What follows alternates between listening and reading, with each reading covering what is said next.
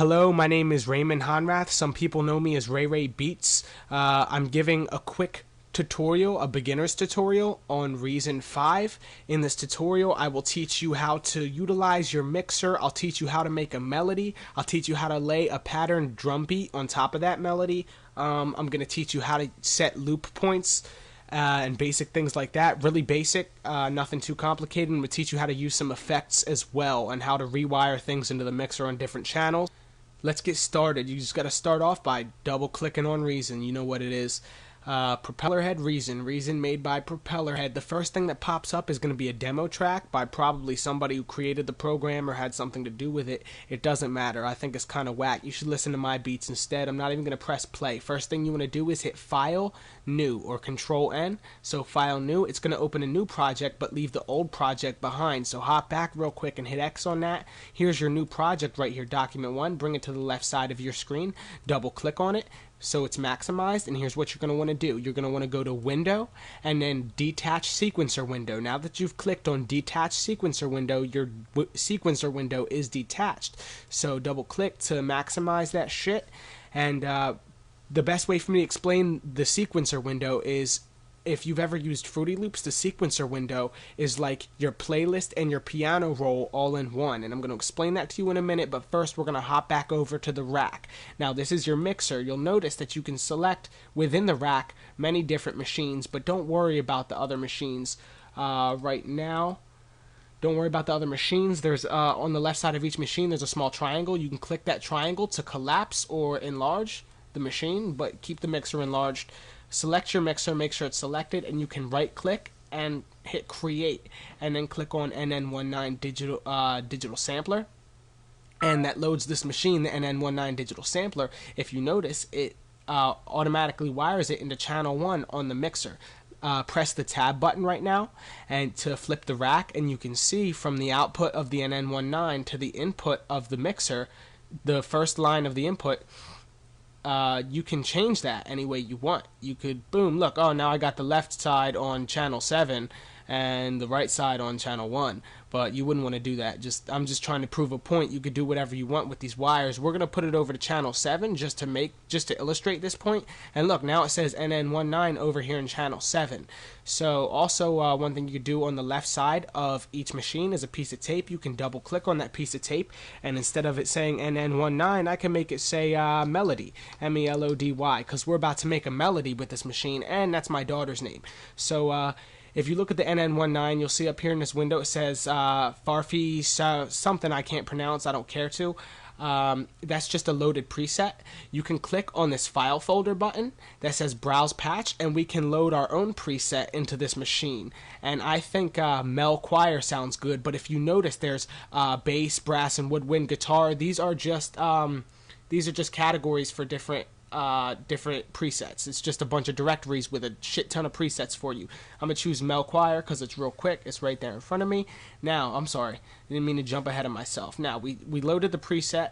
Now we're gonna want to go back to our sequencer window that we detached, and you can see here's our NN19 right over here in the sequencer window. So we got the mixer, we got the NN19. Make sure you've selected your NN19, and what we're gonna do is we're gonna access the piano roll by going up top left and see where song is selected. You want to select edit mode. Now we're in our piano roll. You can select the pencil tool up right next to where you clicked edit mode. There's actually a multitude of tools here. You have the selector tool, the pencil tool, the eraser, and the razor. I'll explain those all in a minute. First, we're going to use the pencil tool to create a real quick melody. Don't judge me. This is for the sake of the tutorial. For the sake of the tutorial. No, I suck. We're just going to draw something out real quick. If you notice, this light blue box is highlighting every note that we lay out. And that light blue box, excuse me, post-nasal drip, that light blue box is called a clip. And it really doesn't have any function. It doesn't affect anything. It's more like a visual aid. And it's for you to define how long you want your clip to be, how long you want this pattern to be. It doesn't really affect anything physically in the program. But now we made this clip.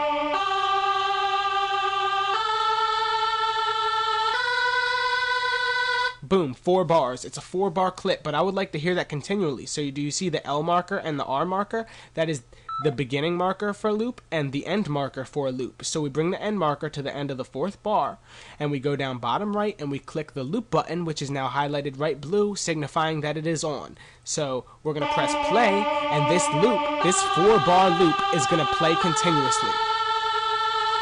As this 4-bar loop continuously plays, I can jump back to my rack and I can browse for more patches and hear what they sound like on as my loop plays, which is pretty cool.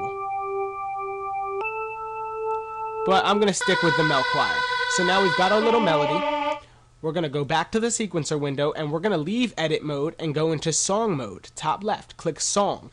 Now we have this clip. You see the clip you created, right? Well, I'm tired of looping it. I want to start laying my song out, so I'm going to turn loop mode off. I'm going to click on my clip, Control C, which is edit copy, and then Control V, which is edit paste. Boom! Now I just pasted 3 copies of that clip that we made, and it rolls out for 16 bars, which I can play through continuously. Alright, so we got a nice little melody. We laid it out for a little bit for 16 bars in the playlist, and we're going to come back to the rack. Click on the mixer, right? We're going to lay some drums out now over top that melody. So we clicked on the mixer, we go to create, excuse me, and we're going to create a redrum drum computer. This is a drum machine, and it's got 10 channels. Each channel, you can load a different preset drum sample in there. So the first channel, we're going to put a kick from the dry kit samples, just more directories. We have more directories full of samples. That's why Reason's so great. It comes with so many great stock samples. We're going to put this kick in there, boom. So kick here, kick here. One cool thing about this drum machine is you can edit the accent. So we have a medium kick, and we're going to have a hard kick right before the last snare. So you see medium, medium, hard, and we're going to do both snares on hard accent as well. And we're going to drop back down to medium for the hi-hats. We got to load a hi-hat preset in here. Boom, we got a hi-hat. And now to hear what we just patterned out in this machine, you just click run over here. So I showed you the accent, how to alter the accent. You can turn shuffle on. Shuffle's right here. You can edit pitch, length. You see if I turn length down on the kick, it gets real tight. I can do the same thing to the snare. And really the same thing to the hat. It doesn't matter. Cool. Cool beans, right? Turn the pitch down on the snare. Pitch down on the kick too. Pitch up on the hat. Cool. Alright, cool beans. So now we made this cool little drum pattern. This is what you want to do. First of all, you can stop back over here to your sequencer window, press play, and look, it's running. Your drum pattern is running in your machine. So your drum pattern is running alongside what you programmed with your NN19, but it's running a little fast. We're going to turn the tempo down here towards the bottom left. Here's your tempo selector. It's right next to the time signature selector. We're down at 93. Alright, and that snare sounds retarded.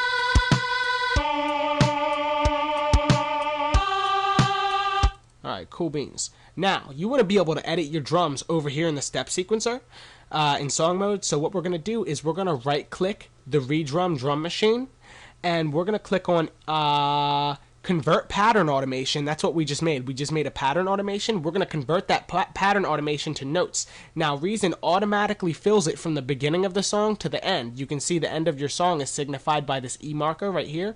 We don't need all of that. All we need is 4 bars of it. So we're going to take the razor tool.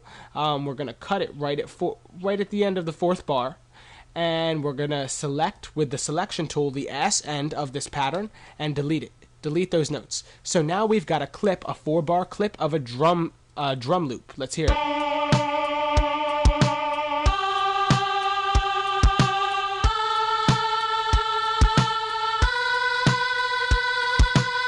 Cool beans. What we're going to do is click on that clip of the drum loop, the redrums drum loop, Control C, Control V, Control V, Control V. Now we got 4 of them. Let's make a variation, keep the audience interested. What do you say? Alright, you're going to double click on this clip right here, the second clip in the redrum channel, right? Double click on that bitch, and that puts us in edit mode. So from edit mode, we can alter the actual notes of the drum pattern. So just to show you what it does, give you like a drastic example, I'm going to delete some of the hi-hats. I'm going to delete that first. Ooh, edit, undo. I made a mistake. Made a boo-boo. I'm going to delete the first kick. I'm going to move this kick. I'm going to add another snare. Yeah, I'm going to add another snare right there. So we're going to go back and see what that sounds like. Actually, before we see what that sounds like, we're going to go to edit mode. We're going to use the selection tool, right click on this clip and go to color and change the color to something different than light green, so you know, listen, I've altered this clip. It's not the same as the other 3 green ones.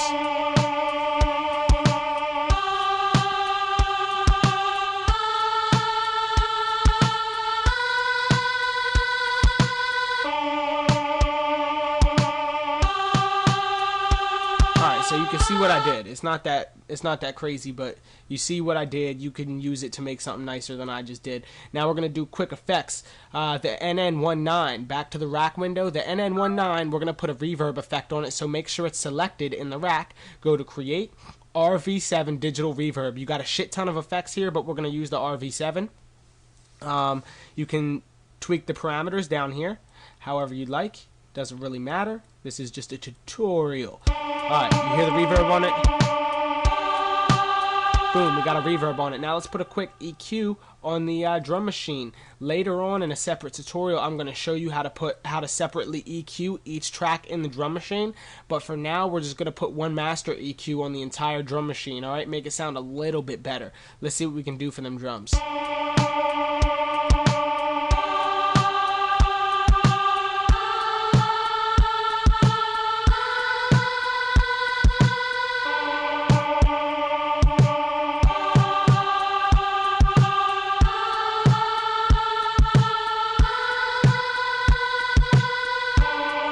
So we put an EQ on the drums, we put a reverb on the NN19. You can see everything coming through the mixer. We can flip it so you can see how the machines go into the effects, and then the effects go to the mixer. See, from the NN19 to the RV7, and then from the RV7 into channel 7 on the mixer, just like we selected it. So awesome. You definitely just learned some basics right there. Just check me out. My name is Ray Ray Beats. On Facebook, my name is Raymond Honrath. rockbattle.com/RayRayBeats. And now to end this tutorial, if you listened, you get blessed with one of my beats at the end. So thank you for watching this entire long-ass video, I know, but hopefully you learned something. I'm pretty sure you learned something if you paid attention. Check this shit out.